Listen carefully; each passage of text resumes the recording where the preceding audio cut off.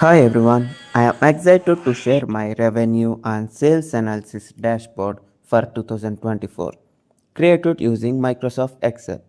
This dashboard visualizes sales data to uncover trends, evaluate performance, and support decision making. Let's dive into the key highlights of this dashboard, which showcase essential insights for decision making. City-wide sales trends.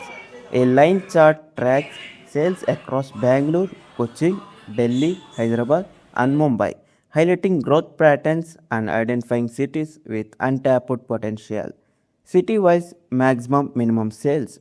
A bar chart pinpoints the highest and lowest sales figures in each city, helping business focus on areas needing improvement. Month-wise sales.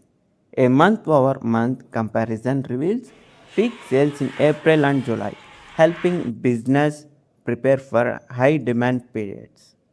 Category-wise sales breakdown. Phones 41%, laptops 31%, and headphones 20% dominate revenue, providing a clear snapshot of category contributions.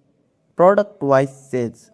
Top performing products like Dell XPS 13 and iPhone 11 Pro stand out, offering valuable insights for product strategy.